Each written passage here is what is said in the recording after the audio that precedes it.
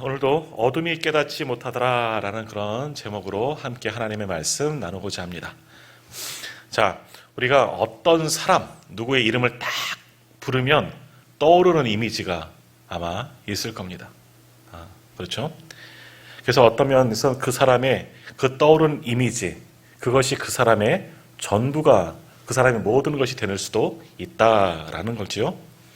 전에도 한번 말씀드렸던 것 같은데, 제가 이제 대학교 1학년 때 구약 성경을 가르치는 김중훈 교수님께서 출석부에 아주 그냥 그 사람의 특징적인 것을 다 기록해 놓은 거예요. 얘는 껌 씹는 아이, 딱 적어 놓으셨어요. 다리 꼬는 아이, 뭐 자주 지각하는 아이, 뭐 이렇게 다 적어 놓은 거예요. 그래서 그 이름을 출석을 부르면서 교수님 왜 그렇게 적어 놓으셨는지 모르겠지만 그 이미지가 아마 딱딱 떠오르진 않을까. 그러니까 그것을 고쳐라. 얼마나 바뀌었나. 뭐 그렇게 생각하시면서 그렇게 출석부에다 그렇게 써놓은 것은 아닌가. 그런 생각을 해보게 됩니다. 우리가 어떤 사람을 떠올릴 때 좋은 이미지가 있는 반면, 근데 나쁜 이미지로 고정되어 버리면 그 사람은 뭘 해도 그냥 나쁜 사람인 거예요. 이상한 사람이 되는 거예요. 그러니까 그런 선입견도 어주렁절은 좋은 것도 있을 수 있지만 또 안 좋은 면도 있을 수 있다라는 겁니다. 이건 사람만이 아니죠. 어떤 물건이나 어떤 장소도 마찬가지입니다. 내가 알고 있는 것이 그것의 전부가 될 수가 있다는 거죠. 저 얼마 전에 우리 건설소련에 강화도 갔다 왔지만 제가 알고 있는 강화도는 어떤 이미지가 많으냐? 그런 거예요. 외세에 대항하여 투쟁한 곳.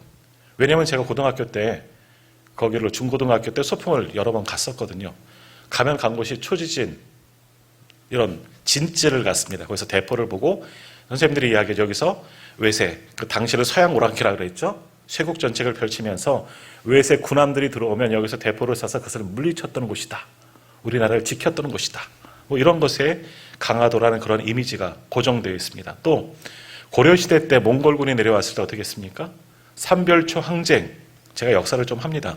삼별초 항쟁. 그래서 강화도 우리가 보면 애게 욕을 못 건너가서 그러나 했는데 강화도에서 당시는 건너가기 몽골은 뭐 내륙에서만 살았으니까 아무튼 강화도에서 그 자그마한 섬에서 버티면서 몽골군과 대항했던 그런 곳. 그러니까 강화도 하는 이미지는 저에게서는 역사적인 장소이고 또 뭐예요? 외세에 대항해서 끝까지 지켜놨던 싸워나갔던 그런 이미지로 강화도가 딱 생각이 납니다. 근데 이번에 다녀왔을 때 어떤 이미지로 바뀌었느냐? 강화도는 복음의 역사가 살아있는 곳이에요. 그 구한말 시대 때 선교사님들이 가장 먼저 온 곳이 강화도예요. 저쪽 위에 대동강도 있지만 강화도에는 굉장히 많은 선교의 흔적지들이 있습니다. 많은 오래전에 세워진 교회들도 많이 있고요. 그런 것이 다 선교지, 그런 곳이 다 되어버렸다는 거예요. 그런 기념관들도 있고. 야, 이 땅에 이 자그마한 섬에 많은 분들이, 많은 선교사들이, 많은 우리 선배 신앙인들이 이곳에 있었구나 하는 굉장히 그런 신앙적인 곳, 기독교 역사가 깊은 곳으로 이미지가 이제는 완전히 바뀌게 되었다. 옛날에는 역사적인 곳, 외세와 대항하였던 곳인데 이제는 그리스도의 물결이 항상 머물렀던, 오래전부터 머물렀던 그런 지역으로 이제는 그 이미지가 바뀌었다는 거예요. 그래서 저는 이제 친한 시찰의 목사님께 이야기를 했더니 강화도 갔더니 너무 좋아요. 그런 것도 있고 막 그랬더니 얘기했더니 자기는 강화도 하면 트라우마가 있다는 거예요. 왜 그러냐? 강화도를 2번 갔는데 2번 갈 때마다 타이어가 터졌다는 거예요. 강화도 갔더니 타이어가 터지는 곳. 그래서 자기는 강화도 가기 싫대. 또 타이어 터질까 봐. 그래서 이런 어떤 고정적인 이미지가 있다는 겁니다.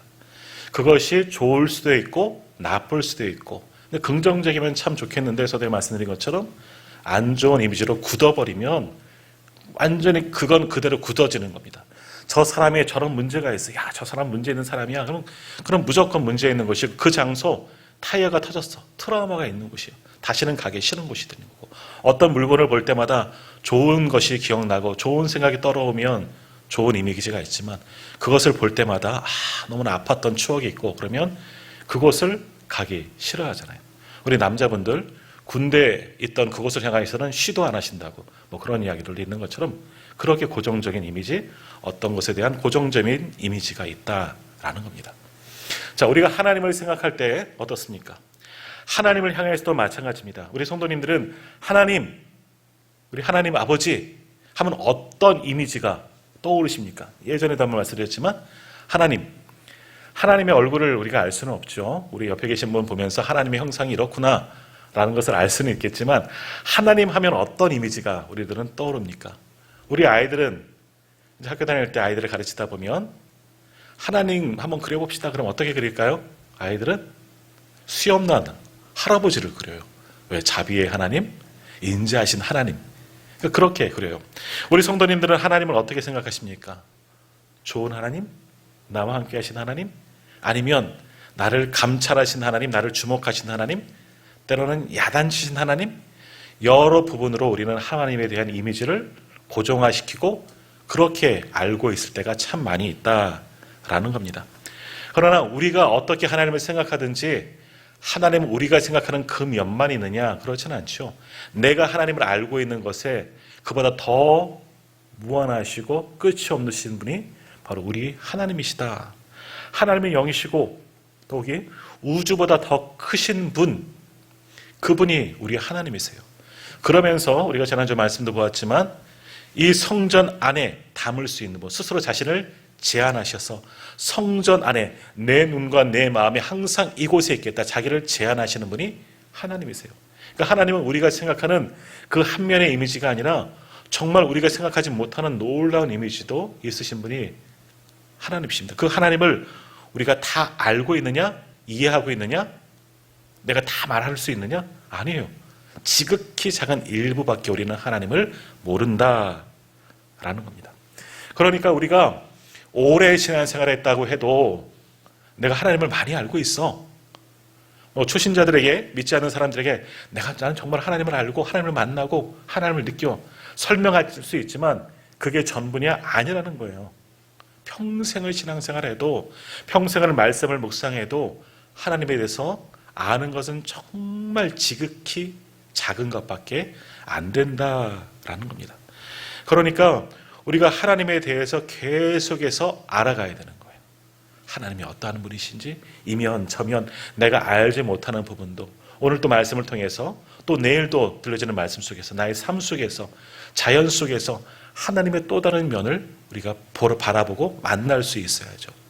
하나님은 굉장히 무궁무진하신 분이에요. 전능하신 하나님이십니다. 그러나 많은 사람들은, 저도 그렇고요, 대부분의 사람들은 하나님의 한 면, 어떠한 면이겠습니까? 내가 알고 있는 하나님, 나를 만난 하나님, 내가 은혜 받고 역사하신 하나님, 이 정도만 알고 있는 거예요. 단 일부분, 딱 한 면을 알고 그것이 하나님의 전부인 양 알고 있다라는 겁니다. 예를 들어서 어떤 분은, 하나님은 어떤 분이시냐? 병을 치료해 주신 분이에요. 그래서 우리 아내가 허리가 아파갖고 아직도 끙끙거리고 있는데, 저도 예전에 전에 있을 때 그런 말씀 드렸나요? 허리가 너무 아팠어요. 그래서 병원에도 다니고 했는데도 물리치료도 받고 뭐 이렇게 했는데도 안 나요. 너무 아파서 바지도 못 입겠어. 허리를 구부려서 바지를 올려야 되는데 이것도 못 하겠는 거예요. 그래서 옷을 입다가 하나님 너무 아픈데 허리를 만지면서 이거 어떻게 좀 치료해 주세요. 제가 스스로 안수했다니까요. 근데 제가 안수했지만 기가 막혀요. 나았어요. 그래서 여보 이거 봐라 막 움직이면서 낫다? 이런 거예요. 이런 식으로 하나님이 내 병을 치료해 주셨어요. 이건 별거 아니지만 아주 기가 막힌 병, 정말 아주 그 중한 병도 하나님께서 고침을 받았어. 하나님께 은혜이죠. 은혜이죠. 그분은 하나님은 어떤 이미지로 굳어 있을까요? 하나님은 여호와 라파, 치료의 하나님, 나의 병을 고쳐주시는 분. 그런 하나님은 우리의 모든 병을 치료하셔서, 왜? 내가 경험했잖아. 나를 치료하시는 분. 근데 그것밖에 안 될 수가 있다는 거예요. 하나님은 병만 고치시느냐? 아니죠. 병 말고도 다른 것도 하시는 분이에요. 근데 그분에게 있어서는 하나님은 내 병을 치료하신 분, 그것도 굉장히 위대하신 하나님이시죠. 전능하신 하나님이시죠. 그래서 병이 나았습니다. 병이 고침을 받았습니다. 어떻게 되느냐? 건강을 회복되어지면 우리는 망각의 은사가 있잖아요. 이건 은사라고 할 수 없지만 그 은혜를 잊어버릴 때가 참 많이 있다는 거예요. 하나님께서 고쳐주셔서 내 병이 다 나았는데 나를 고쳐주시는 하나님을 잊어버리고 맙니다. 병으로 인해서 하나님을 만났는데 병이 낫고 건강을 회복하니까 하나님과의 관계가 서운해지는 거예요. 왜? 문제, 나의 가장 큰 문제, 이 질병이 해결되었기 때문에. 실제로 어떤 분이 어떤 가정에 이런 일이 있었다고 합니다. 어떤 부부가 있었는데 결혼한 지 10년이 되었는데요. 자녀가 안 생기는 거예요. 자녀를 낳지 못하는 거예요. 그래서 이 가정에 정말 자녀를 얻기 위해서 얼마나 많이 애쓰고 노력했겠습니까? 기도도 하고 또 세상적으로 뭐 시험관도 해보고 여러 가지 방법을 다 쓰고, 특별히 이제 여성으로서 제일 더 답답할 거 아니에요. 그래서 이 여성분이 그래서 정말 그 아이를 갖기 위해서 좋다는 것은 다 해본 거예요. 이런 요법, 이런 거 저런 거 뭐 민간 요법도 해보고 다 해봤는데도 아이가 전혀 생기지가 않았다는 거예요. 그런데 어느 날 이웃의 권유를 해서, 친한 사람의 권유를 해서, 야, 교회에 가서 우리 한번 기도도 하고 우리 목사님에게 기도도 받자 한 거예요. 그래서 그때부터 교회를 출석하게 되었네.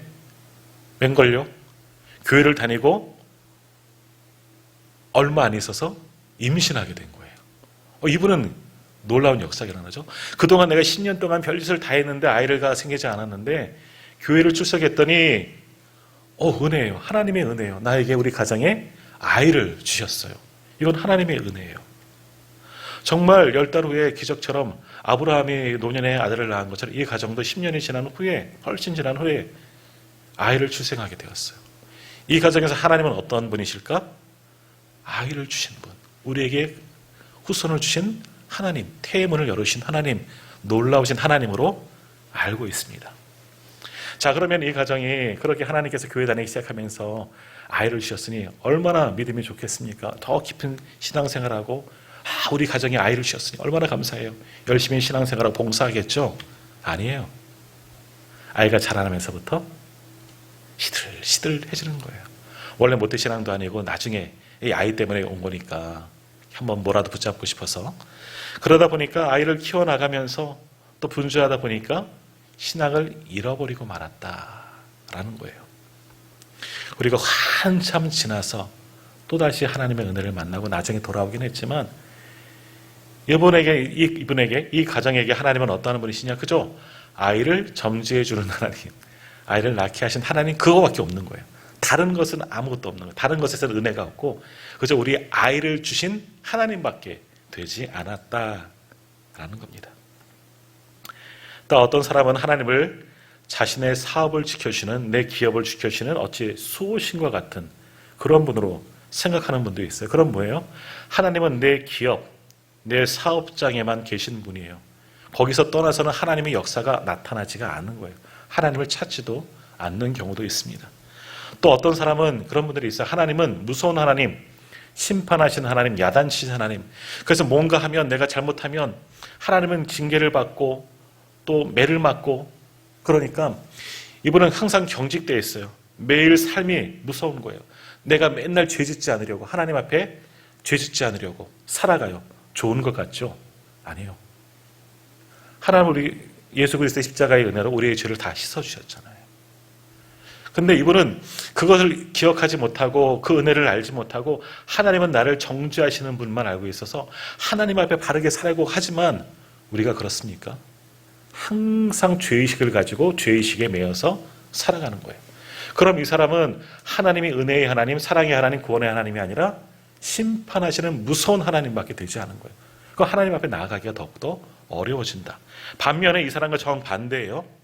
하나님은 우리를 용서하시는 분이야. 용서의 하나님, 사랑의 하나님만 알고 있어요. 그래서 이 사람은 어떻게 생각하느냐? 내가 어떠한 죄를 저지르고 하나님 잘못했어요, 눈물로 콧물로 흘리면서 회개하면 용서하시는 하나님, 하나님 실제 그렇게 용서하시는 분이잖아요. 그것만 알고 있으니까 이 사람은 어떠냐? 하나님 앞에 돌아와 회개하기는 해요. 근데 또 나가서 삶의 자리에서 또 다른 죄를 저질러요. 그러니까 이 사람은 용서하신 하나님이야, 아유, 세상에서 아무렇게나 살아도, 실제로 그런 이단들이 있어요. 실제로 아무렇게나 살아도 하나님 앞에 돌아와서 회개하면 용서해 주시는데 뭐 함부로 살은 거야. 우리 지난주 말씀 기억하는 것처럼 너희가 잘못했을지라도, 하나님 앞에 범죄했을지라도 깨닫고 회개하고 돌아와서 하나님 앞에 엎드려 이전에서 기도하면 내 눈과 내 마음이 항상 여기 있기 때문에 내가 너희를 용서하리라. 이것이 하나님의 한 부분이에요. 근데 그것만 알고 있으면, 아, 그렇구나, 내가 세상에서 뭔 짓거리 하고 다녀도 깨닫고 돌아와서 회개하면 용서해 받을 거야. 나는 버림받지 않고 나는 구원받았어. 그러니까 세상에서는 막 살아요. 그리고 교회 안에 와서는 또 눈물 흘리면서 회개하고. 이건 가증한 신앙인이죠. 오히려 이런 사람은 하나님을 잘못한 거예요. 용서의 하나님이 아니라 하나님을 교묘하게 이용해서 내 마음대로 살아가는 거예요. 오히려 믿기 이전보다 더 부도덕한 삶을 살 수가 있다라는 겁니다. 자, 이거 말고도 많이 있습니다. 이 상에서 말씀드린 것들은 뭡니까? 하나님은 어느 한 단면만 보고 있는 겁니다. 어느 한 단면만 보면서 이것이 하나님의 전부인 양, 코끼리 다리를 만져보면서 코끼리는 기둥처럼 생겼구나. 코끼리 코를 만져보면서 코끼리 코는 길고 뭔가 지렁이처럼 길고 아니 뱀처럼 긴 거구나. 이렇게 생각하는 거예요. 하나님을 그렇게 알아서는 안 된다. 하나님은 우리의 지식으로 우리의 머리로 다 담을 수 없는 분, 이해할 수 없는 분이 우리의 하나님이십니다. 우리가 생각하는 것 그 이상으로 전능하신 분이 바로 하나님 아버지이십니다. 그렇기 때문에 우리가 신앙생활을 한다는 것은 어찌 보면 다른 것은 뭐냐? 하나님을 계속해서 알아가는 거예요. 언제 다 알 수 있을까요? 하나님 나라 가면 하나님을 항상 동행하니까 볼 수 있으니까 그때야 하나님을 정말 알겠지만 이 땅에 사는 동안에는 하나님을 알아가는 과정이 우리의 신앙생활이라 할 수가 있는 거예요. 끊임없이 내가 알고 있는, 그러니까 내가 가지고 있는 한 단면, 이게 전부가 아니라는 것을 기억하시고 이것도 있고 내 옆에 계신 분이 만난 하나님도 그 하나님이에요. 같은 하나님이에요. 여러 가지 하나님에 대해서 알아가야 돼요. 공부해야 되고 배워야 되고 그러면서 믿어야 되는 거죠. 그것이 우리의 신앙이다라는 겁니다. 그러므로 우리가 하나님을 알기 위해서는 끊임없이 하나님을 공부하고 알아가야 돼요. 특별히 말씀을 통해서 하나님을 깊이 알아가야 하는데 그래서 성경이 어떻게 시작되었습니까? 창세기 1장 1절 말씀 우리 다 외우시죠. 시작. 태초에 하나님이 천지를 창조하시니라. 이거 믿을 수 있으면요. 나머지 다 믿는 거예요. 이거 별거 아닌 것 같죠? 그러나 이것을 이해하지 못하고 이해할 필요는 없어요. 이해할 수가 없으니까. 이 말씀을 믿지 못하면 나머지 성경의 말씀은 하나도 믿을 수가 없는 겁니다. 태초에 하나님이 천지를 창조하셨구나. 그 창조물 가운데 피조물 가운데 누가 있습니까? 나도 있다는 것. 그걸 인정하는 거죠. 하나님은 온 세상 만물을 우리가 담을 수 알고 있는 모든 것과 그 너머에 있는 것들도 다 만드신 분이 우리의 하나님, 천지를 창조하신 분, 창조주 하나님, 여기에서 우리의 신앙이 시작되어지는 겁니다. 하나님을 아는 지식이 여기에서부터 출발점이 되어져야 되는 거예요. 시작점이 되어져야 되는 거예요.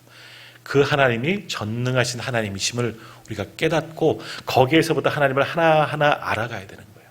하나님 나라에 이를 때까지 끊임없이 하나님에 대해서 우리는 알아가야 되는 겁니다. 자, 다시 창세기 1장 1절 태초에 하나님이 천지를 창조하셨다. 하나님께 천지를 창조하신 하나님이신 것을 우리는 온전히 믿을 수 있어야 하는 겁니다. 하나님께서 창조하셨다는 건 뭐예요? 우리를 만드신 분이라는 거예요. 나를 창조하신 분. 나를 만드셨기 때문에 그 하나님은 나를 어떻게 하실까요? 사랑하시죠. 우리도 우리를 통해서 낳은 자녀들을 사랑합니다. 이놈아가 년이 어찌 살아가든 얘는 내 자녀예요. 나를 통해서 낳기 때문에 내 자녀이기 때문에 무조건적인 사랑을 하는 겁니다. 하나님은 우리를 만드셨어요. 하나님의 창조물로 우리를 만드셨어요. 하나님은 그래서 사랑이신 거예요. 그래서 하나님은 사랑이시니라. 창조주 하나님을 믿는다면 하나님의 사랑이심을 믿을 수가 있는 거예요. 그 하나님은 나를 사랑하셔요. 왜? 나를 친히 만드셨기 때문에. 하나님의 작품이기 때문에 아끼고 사랑하시는 거예요. 그런데 창조주 하나님이심을 믿지 못하면 하나님의 사랑이심도 믿지 못하는 겁니다. 그분이 나를 사랑하시고 나를 만드셨다는 것을 믿지 못한다면 그분이 나를 사랑하신다는 것도 믿지 못하는 거죠. 그래요. 하나님은 창조하셨다는 것은 나를 만드신 분, 나를 사랑하시는 분으로 우리는 믿을 수가 있습니다. 또는 하나님은 창조주십니다. 창조하셨다는 것은 뭡니까? 전능하신 분이라는 거죠. 우리는 무에서 유를 만들 수 없지만 하나님은 무에서 유, 모든 우주 만물, 모든 피조 세계를 만드셨다는 거죠. 만드셨다는 거예요. 우리는 할 수 없는 것을 하나님은 하셨어요.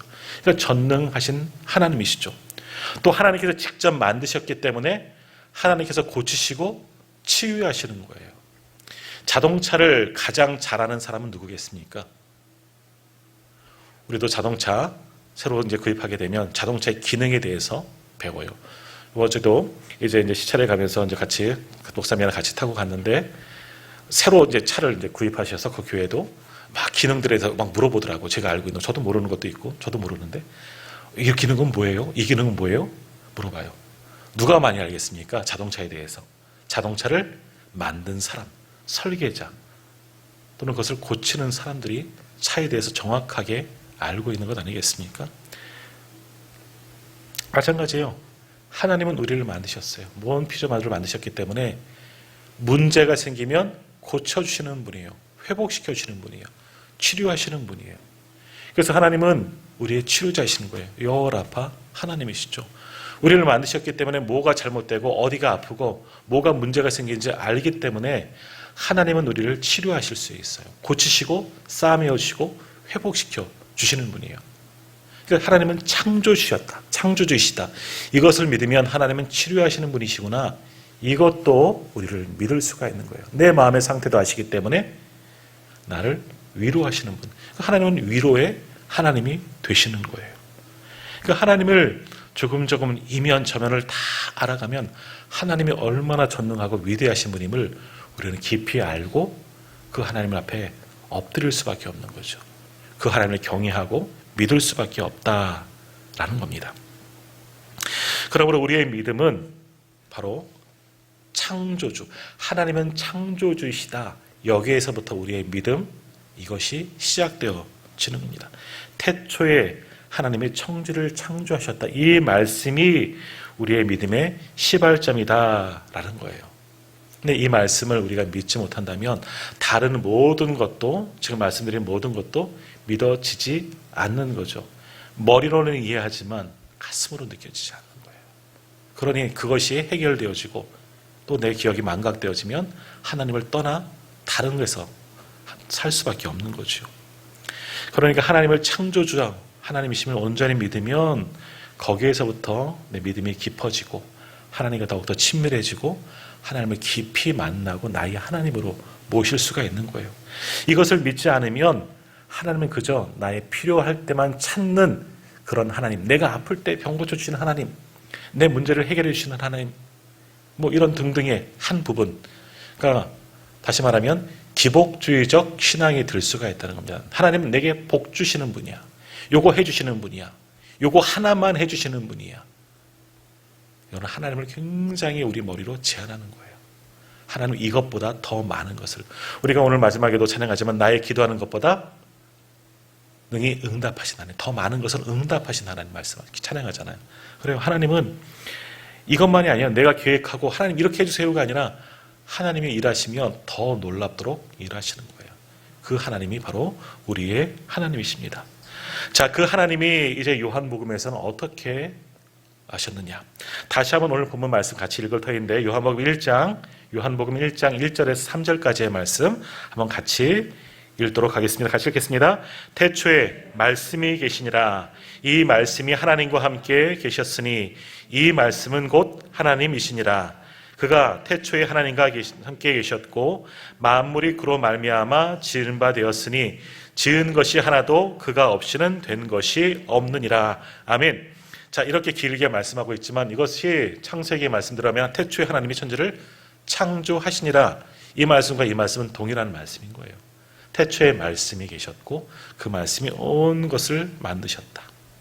모든 것을 지으셨다. 지난주에도 본 것처럼 그가 없이는 아무것도 된 것이 없다. 또 그 말씀이 하나님이시지만 그 말씀이 또 누구시다? 예수 그리스도이시다. 말씀이 육신으로 오신 분이 예수 그리스도. 이건 조금 더 후에 우리가 더 말씀을 볼 겁니다. 그 말씀. 태초에 하나님이 천지를 창조하셨어요. 말씀으로 만드셨잖아요. 그 말씀이신 분이 우리 가운데 오신 분이 예수 그리스도. 그러니까 바로 요한복음 1장 3절은 창세기 1장 1절을 말씀하는 거예요. 이것을 믿을 수가 있어야 되죠. 이 말씀 요한복음도 마찬가지로 이 말씀을 믿어야지만 하나님 아버지를 믿을 수 있고 말씀으로 우리 가운데 오신 육신으로 오신 예수 그리스도를 믿을 수가 있는 거예요. 이 말씀에서 걸려 넘어지면 요한복음이 하나도 믿어지지 않고 우리의 믿음이 자라지 않고 퇴보할 수밖에 없다라는 겁니다. 자, 그렇게 말씀이신 하나님이, 말씀이 바로 창조주이고 말씀이 바로 하나님이시고 말씀이 또한 예수 그리스도십니다. 근데 그 말씀이 어떠한 능력이 있느냐? 4절 말씀 같이 읽겠습니다. 4절입니다. 그 안에 생명이 있었으니 이 생명은 사람들의 빛이라. 아멘. 창조의 그 말씀, 그 안에 생명이 있는 거예요. 다른 곳에 생명이 있는 것이 아니라 바로 말씀, 하나님에게 생명이 있는 거죠. 오늘 우리도 생명이 있습니다.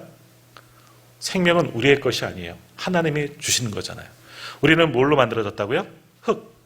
흙으로 만들어졌는데 하나님께서 어떻게 하셨어요? 하나님께서 우리 안에 하나님의 호흡을 불어넣으셔서 우리가 살아있는 영, 생명이 되었다. 하나님의 호흡은 생명 또는 성령이라고 합니다. 성령인 거죠. 하나님의 영이 우리 안에 왔기 때문에 우리 안에 생명이 있는 거예요. 아니면 영이 빠져나가면, 하나님의 생명이 빠져나가면 뭐예요? 우리는 흙덩이가 되는 거예요. 다시. 그게 죽음이에요. 육체적인 죽음이 되는 거죠. 영적인 죽음은 좀 다른 의미입니다. 하나님의 말씀 안에 생명이 있어요. 이 말씀대로.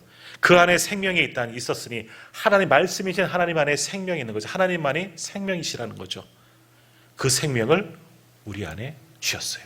그러니까 우리는 생명을, 지금 우리 안에 생명이 있지 않습니까? 살아가는 것 아닙니까? 살아있지 않습니까? 그렇다면 우리 안에도 말씀이 있다는 거예요. 하나님의 영이, 하나님의 말씀이 우리에게 존재하기 때문에. 이 생명은 사람들의 빛이라라고 말씀합니다. 그때 말씀, 생명, 빛 다 매한 가지 겁니다. 같은 거예요.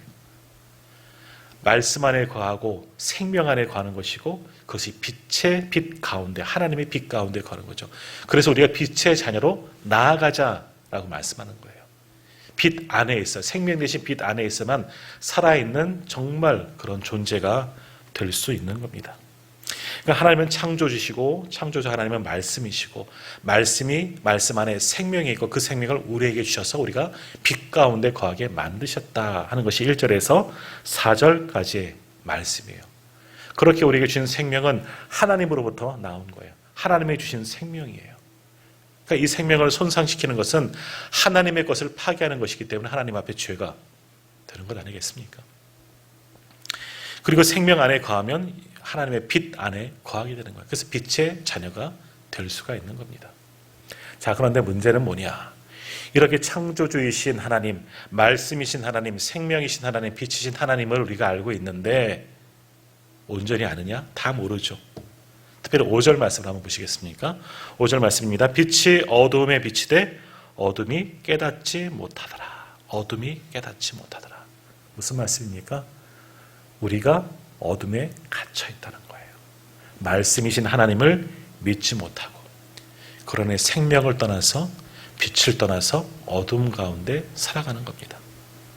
우리 인간들은요, 우리에게 생명 주신 것도 하나님이시고 하나님의 말씀을 통해서 온 천하를 창조하셨다는 것을 온전히 믿지 못하니 이제는 어떻게 됩니까? 빛의 자녀가 아니라 어둠 속에 거하는 거예요. 어둠은 뭡니까? 죽음입니다. 어둠은 죄입니다. 창조주 하나님의 생명 안에 거하지 않고 그 빛 안에 거하지 않고 그것을 거부하고 있는 모든 자들은 지금도 어둠 속에 살고 있는 겁니다. 죽음과 죄와 사탄의 권세 속에 살아가게 되는 겁니다. 그래서 생명이신 하나님의 빛을 비추시는데도 여전히 그것을 거부하고 있는 모든 자들은 지금도 여전히 어둠 속에서 살고 있는 어리석은 자들이다라는 겁니다. 자, 다른 의미로 그럼 우리는 빛이신 하나님, 말씀이신 하나님 안에 거하고 있느냐 한번 생각해 보셔야 하는 겁니다. 우리가 그걸 어떻게 증거할 수 있느냐, 판단할 수 있느냐. 내가 하나님을 믿어요. 우리 하나님 다 믿지 않습니까? 하나님을 믿으시기 때문에 오늘 이 수요일 날 주님 앞에 나와서 예배하는 것 아니겠습니까? 예배하러 나오는 것 자체가 하나님을 믿기 때문에 나오는 것인데, 그러나 한번 생각해 보세요. 우리가 하나님을 믿는다고 하면서도 우리가 하나님의 말씀을 쫓아 살지 않으면, 우리의 삶의 자리에서 하나님의 말씀을 붙잡고 그 말씀대로 살아가지 않으면 어떻게 되는 건가? 어둠 속에 살아가는 거예요. 여기서만 주의 전에 와서 성전에 올라와서 교회 안에서만 나와야지만 빛 아래 거하는 것이 아니라 나의 삶의 자리로 돌아가서 거기서도 말씀을 붙잡고 살지 못하고 있다면 나는 어둠 속에 있는 거예요. 그러니까 하나님을 믿는다는 것은 나의 삶의 자리에서도 하나님의 말씀을 붙잡고 살아가는 거예요. 말씀과 가까이 살아가는 거예요. 말씀이신 예수 그리스도와 동행하면서 살아가는 것이 참된 하나님의 백성의 삶이다라는 거예요. 그런데 한번 가만히 스스로 한번 생각해 보십시오. 나의 삶의 자리에서 전혀 말씀과는 무관한 채로 살아가고 있다면, 하나님의 말씀이 우리 속에 감동을 주지도 못하고, 그것은 말씀과는 멀어지고 말씀을 붙잡지 못하고 세상 마음대로 내 마음대로 살아가고 있다면 뭐예요? 우리는 어둠 속에서 살아가고 있다는 거예요. 하나님 안에서가 아니라, 생명 안에서 아니라, 빛 안에서가 아니라 밖에서, 하나님 밖에서, 말씀 밖에서, 빛 밖에서, 생명 밖에서. 그것이 뭡니까? 어둠 속에서 사는 어리석은 자가 오늘 우리가 될 수 있다라는 겁니다. 그렇게 살면 어떻게 되는 겁니까? 생명도 없어지는 거죠. 어둠의 자녀들, 영원한 멸망받을 자가 바깥 어두운 곳에 던져질 것이다. 멸망받을 자들이 될 수밖에 없는 겁니다. 그러니까 내 안에 말씀이 살아있고, 말씀이 나를 지배하고, 말씀이 이끄는 대로 붙잡고 말씀에 순종하는 삶을 살면 나의 삶의 자리에서 내가 하나님의 사람인 겁니다. 내 안에 생명이 있고 말씀이 있는 거죠. 그렇지 못하다면 말씀을 다 읽고 잊어버리고 내 마음껏 사는 건 어둠 속에 사는 거예요. 어리석은 자로 살아가는 거죠. 죽음에, 그건 살아있는 것이 아니에요. 영적인 죽음의 상태로 버티는 거죠. 존재할 뿐입니다. 하나님께서 우리에게 우리가 출애굽기 말씀 보겠지만 10계명을 주셨습니다. 10계명의 말씀을 주셨습니다. 1계명부터 우리가 이제 앞전에 10계명 말씀들을 묵상했는데 1, 2계명부터 4계명까지는 한마디로 요약하면 뭡니까? 하나님을 사랑하라. 5계명부터 마지막 10번째 계명은 뭐예요? 뭘 사랑하라? 사람을 사랑하라. 하나님을 사랑하고 하나님께 받은 그 사랑으로 하나님의 형상을 따라 지음받은 사람을 사랑하라. 가르쳐 주신 말씀이에요. 그것이 10계명인 거죠. 그러니까 하나님을 사랑한다면, 하나님의 말씀 가운데 거하면 이 10계명의 말씀, 하나님을 사랑하는 거예요. 사랑할 수 있어야 되고, 또 그 사랑으로 서로를 사랑해야 되는 거예요.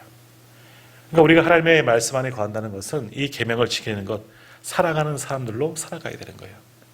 사랑하며 살아가는 것. 그것이 말씀에 순종하는 삶이 되는 거죠. 그러나 나의 삶에 그렇지 못하다면 내 안에 말씀이 없는 거예요. 그럼 하나님 안에 들어가지 못한 거고 어둠에 머물러 있게 되는 거죠. 그렇게 되는 거예요. 자, 그러므로 오늘 우리가 하나님을 믿습니까? 하나님을 믿는다면 말씀 안에 거해야 되는 거예요. 말씀을 붙잡고 나의 삶 속에서 말씀을 붙잡고 순종하는 삶을 살아야 가는 거예요. 내 삶의 모든 기준은 하나님의 말씀이어야 되는 것이죠. 내 방법과 내 뜻이 아니라 하나님의 말씀이 모든 삶의 기준이 되어져야 하고, 그 말씀을 붙잡고 살아가는 것이 하나님의 사람들의 삶이 되어져야 하는 겁니다. 그래야지 그 말씀으로 인하여 그 속에 생명이 있고 빛의 자녀, 하나님의 자녀가 되는 큰 권세를 얻게 되는 겁니다. 그렇지 않다면 어두움의 자녀가 되는 거죠. 죄의 종으로, 로마서에서 말씀하는 죄의 종으로 살아가게 되는 겁니다. 그러므로 오늘 말씀을 한번 깊이 묵상하시면서 나는 하나님의 말씀에 순종하는가, 하나님의 말씀을 늘 붙잡고 살아가고 있는가, 이것을 보면 돼요. 내가 그러고 있지 못하다면 나는 생명이 아니라 어둠이 있는 겁니다. 하나님 밖에 있는 겁니다. 그렇다면 깨닫고 회개하고 돌아오면 되죠. 다시 말씀을 붙잡고 주신 계명을 붙잡고 말씀에 늘 순종하는 삶을 살아가야 되는 겁니다. 그러면 하나님 안에, 생명 안에 거하게 되는 겁니다. 어둠이 깨닫지 못하더라. 그것을 알지 못하는 자는 영원히 깨닫지 못한 어둠 속에 갇혀 있는 겁니다. 오늘 예배하는 저와 우리 성도님들은 어둠에 속한 자가 아니라 빛 대신, 생명 대신, 말씀이신 하나님 안에 속한 분들이 다 되시기를 주님의 이름으로 축복합니다.